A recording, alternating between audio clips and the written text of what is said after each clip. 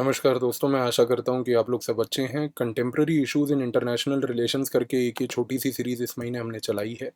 ये सीरीज़ इसलिए चलाई है दोस्तों क्योंकि सुरक्षा नीति, विदेश नीति में बहुत सारे टॉपिक्स नहीं थे इस बार न्यूज़ में। बट कहीं न कहीं इस महीने न्यूज़पेपर में मैंने देखा कि बहुत सारे टर्म्स के बारे में चर्चा की गई। तो मैंने सोचा कि एक छोटी-सी सीरीज़ के तहत ये अखबार में आए हुए टर्म्स जो हैं, इनके ऊपर आपको एक क्लैरिटी देता हूँ। और ये टर्म्स एक बार अगर आप ध्यान से सुन लेंगे तो कहीं न कहीं आपकी न्यूज़पेपर रीडिंग आसान हो जाती है। दोस्तों, बेस्ट चीज़ ये है कि ये सीरीज़ का सबसे ज़्यादा फ़ायदा उठाने के लिए आप सिर्फ़ ये टर्म्स को ध्यान से समझिए, सुनिए जो मैं आपको बोल रहा हूँ, नोट्स बनाने की कोई ज़रूरत नहीं है।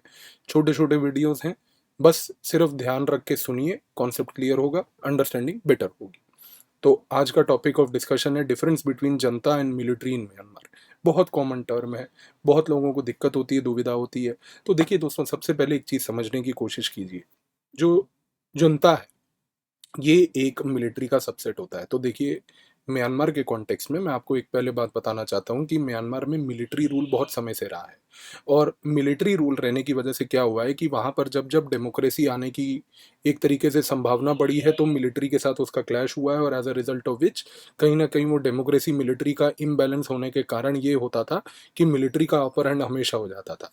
अच्छा, अब जब हम बात करते हैं म्यांमार की, तो म्यांमार में क्या होता है कि एक तरीके से क्योंकि मिलिट्री का दबदबा हमेशा से ज़्यादा रहा है, तो मिलिट्री एक बड़ा इंस्टीट्यूशन है दोस्तों। मिलिट्री का काम देखिए पॉलिटिकल पावर नहीं होता, लेकिन ध्यान से समझिए, अगर मिलिट्री एक बहुत बड़ा इंस्टीट्यूशन है, तो मिलिट्री में थोड़े से अफ़सर होते हैं जो पूरी मिलिट्री की ब्रॉड अंडरस्टैंडिंग के साथ आते हैं। और ये सारे अफ़सर जो मिलिट्री की ब्रॉड अंडरस्टैंडिंग के साथ आते हैं, ये क्या करते हैं कि ये एक तरीके से पावर को सीज़ कर लेते हैं।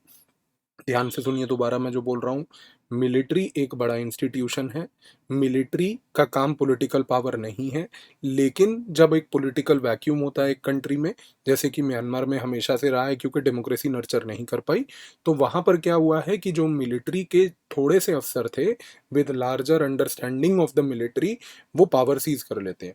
तो वो जो एक लार्जर मिलिट्री की अंडरस्टैंडिंग से थोड़े से अफ़सर पावर सीज़ कर लेते हैं, वो थोड़े से अफ़सरों को एक सबसेट माना जाता है लार्जर मिलिट्री के सेट में। और वो जो थोड़े से अफ़सर होते हैं उनको हम जनता कहते हैं। तो कहीं न कहीं आप चीज़ समझिए कि जनता एंड मिलिट्री में the difference is that the military is the larger set and junta is the subset of the military. So I hope you are getting the concept. अब जैसे कि 2021 में मिलिट्री कू हुआ म्यांमार में, और मी ऑन्ग ह्लेंग का जो पावर एक्वायर करी उन्होंने, वो एक तरीके से यही थी कि जनता ने पावर एक्वायर करी। लेकिन दोस्तों, मिलिट्री रूल और जनता के रूल में मेन अंतर क्या होता है? देखिए, जो जनता है, वो क्योंकि हमेशा एक मिलिट्री का सबसेट है, मिलिट्री के अंडरस्टैंडिंग से पावर एक्वायर करती है, वो मिलिट्री कू के तहत आती है। यानी कि जब-जब डेमोक्रेसी थोड़ी-सी प्रॉप अप हो रही होगी और थोड़ी बहुत डेमोक्रेसी एक तरीके से मान लीजिए स्टेट में प्रोमिनेंट होने लगेगी, तो कहीं न कहीं ये सबसेट ऑफ द मिलिट्री जिसको हम जनता कहते हैं, ये कू करके उसको एक्वायर कर लेगी पावर को। अब मिलिट्री रूल क्या होता है? मिलिट्री रूल ये होता है कि भाई जो मिलिट्री है as a larger set of the institution, उसका इन्फ्लुएंस रहता है पूरे स्टेट में। तो वो डेमोक्रेसी को भी कर्ब करती है और कहीं ना कहीं जनता को भी सपोर्ट करती है। तो ध्यान दीजिए, जो जनता है वो एक तरीके से सबसेट है, और जनता जो है वो चंद अफसर हैं मिलिट्री के जो पावर अक्वायर करते हैं। जब ये लोग पावर अक्वायर कर लेते हैं तो इनको एक दिशा की जरूरत होती है, एक डायरेक्शन की जरूरत होती है। So from where do they get the direction on how to rule the state? They get the direction from the military. So military rule is basically generally used as a term. Military rule एक term है कि भाई state में military rule है। Military rule का मतलब क्या होता है कि भाई मिलिट्री का इन्फ्लुएंस है पॉलिटिक्स में। बट जब हम मिलिट्री रूल की बात करते हैं तो उसमें हमेशा एक सबसेट होता है, जो मिलिट्री के थोड़े बहुत अफसर होते हैं जो रूल करते हैं मिलिट्री के बिहाफ पे। So in the context of Myanmar they are called the junta. So एक चीज को याद रखिएगा कि military rule is a broad term. For that matter अगर हम पाकिस्तान में बोलें, जैसे हम पाकिस्तान के कॉन्टेक्स्ट में बोलते हैं कि it's an army controlled democracy, but हम पाकिस्तान के केस में जनता का यूज नहीं करते हैं शब्द, क्योंकि हम पाकिस्तान में ये बोलते हैं कि army broadly gives the strategic direction, army only gives that influence in the society. Army Pakistan के केस में ऐसी चीज है दोस्तों कि वहां पर पाकिस्तान के रिलेटेड मैं एक सेपरेट वीडियो में भी आपको एक्सप्लेन कर दूंगा कि पाकिस्तान में army gives the general direction, and for that matter the democratically elected elements have to support the strategic culture supported by the army. But in the context of Myanmar, military gives the general direction of the country, General political influence of the country is created by the military, and officers of the military only then rule on behalf of the military. So Janata in the context of Myanmar thereby becomes a subset. तो military एक larger influence factor है, जनता जो है कू करके आती है, military के support से आती है और मिलिट्री से डायरेक्शन लेते हुए रूल करती है। अब प्रॉब्लम क्या है? प्रॉब्लम दोस्तों समझने की कोशिश कीजिए कि एक हाइपोथेटिकल सिनेरियो लीजिए कि म्यांमार में 10 मिलिट्री लोग थे टोटल, 10 मिलिट्री ऑफिसर्स थे। मान लीजिए इसमें से 4 मिलिट्री के ऑफिसर जो है मिलिट्री कू करते हैं और मिलिट्री कू करके जो है ये लोग पावर में आ जाते हैं, पॉलिटिकल पावर में। अब 6 मिलिट्री के अफसर तो बाहर रह गए, तो ये 6 मिलिट्री के अफसर जो मिलिट्री में रह गए, जिनका काम था स्टेट में दिशा देना, इन्फ्लुएंस देना, कहीं ना कहीं इन लोगों में इनसिक्योरिटी बनने लगती है। क्योंकि देखिए, आप एक तो मिलिट्री में हैं और जनता के ये जो 4 लोग आए, ये क्या कर रहे हैं, मिलिट्री में रहते रहते पॉलिटिकल पावर को भी अक्वायर कर बैठे, तो इनका पावर तो और बढ़ गया ना। क्योंकि ये जो 10 थे पहले, all 10 of them were only involve in military politics, but now here you have the 4 people who have acquired political power and military power, तो इनको डबल पावर हो गया। तो कहीं ना कहीं इस 4 वर्सेस 6 के ग्रुप में एक इनसिक्योरिटी होना शुरू हो जाता है। And because of this insecurity what happens is कि या तो कई बार यहाँ पे सिविल वॉर होता है। अनफॉर्चुनेटली ये सिविल वॉर कहाँ देखा जाता है, between the military and the Janata only.